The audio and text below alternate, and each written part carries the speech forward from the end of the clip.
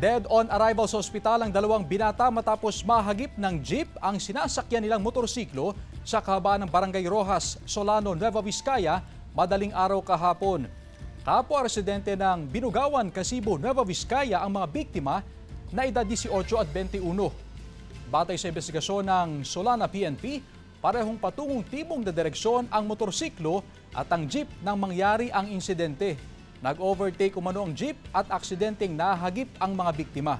Nagtamo ng malubhang sugat sa katawan ang mga biktima na sanhi ng kanilang pagkamatay. Tumakas naman ang jeepney driver na patuloy na tinutugis ng pulisya. Wala pang pahayag ang kaanak ng mga biktima.